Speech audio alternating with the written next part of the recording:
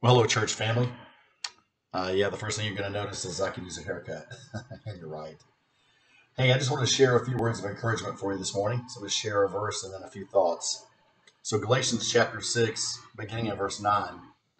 Let us not lose heart in doing good, for in due time we will reap if we do not grow weary. So then, while we have opportunity, let us do good to all people, and especially to those who are of the household of the faith. I don't know about you, but it's easy to get discouraged in these times, us being separated, all the other things that we're having to go through and endure. But, when we start thinking about it and look back over time and over history, we realize we don't really have it that badly. But I did want to talk for just a second about not growing weary while doing good.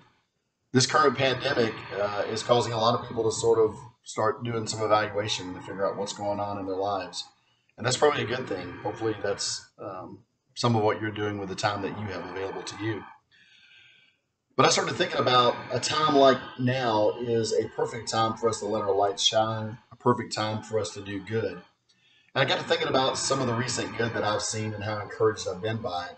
And I'll give you a couple of examples. Will Reeves and his accident, so glad our brother is doing better. But I think it was Paula who made some arrangements for those who would want to send a thank you to those first responders who were there to take care of Will. What a great thing to do, and what a great way to let our light shine and just show appreciation and be grateful.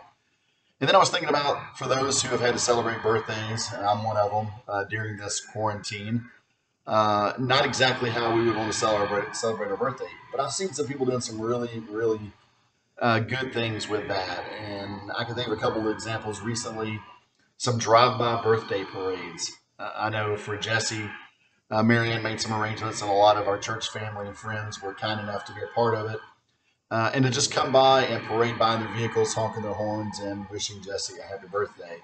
And I know they did that. I think Cheryl arranged one for Carson, and I think we got one together. I think maybe Erica or Walker and Denise were point for pulling one together for Bob Simpson.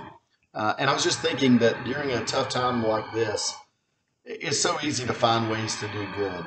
And I'm glad that folks are doing it.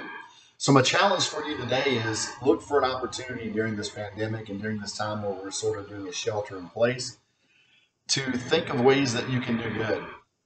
It may be as simple as reaching out to someone and checking on them and making sure they're okay.